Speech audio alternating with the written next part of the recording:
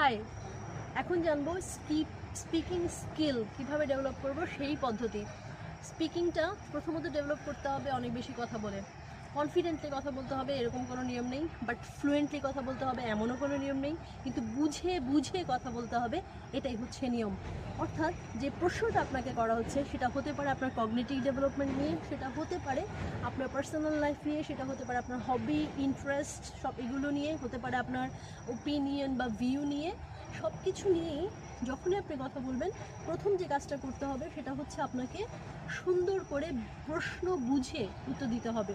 অর্থাৎ যে প্রশ্নটা করা হয়েছে আমি সেই প্রশ্নটাকে বুঝতে পারছি কিনা সেটা দেখে কথা বলতে হবে। তাই আমরা প্রিপারেশন নেব কীভাবে?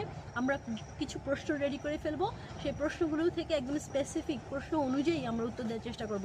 এভাবে ধীরে ধীরে প্রতিদিন যদি আপনি 5-10টা প্রশ্ন করে উত্তর দিতে থাকেন, time to time skill automatically develop হয়ে যাবে। টেনশন করার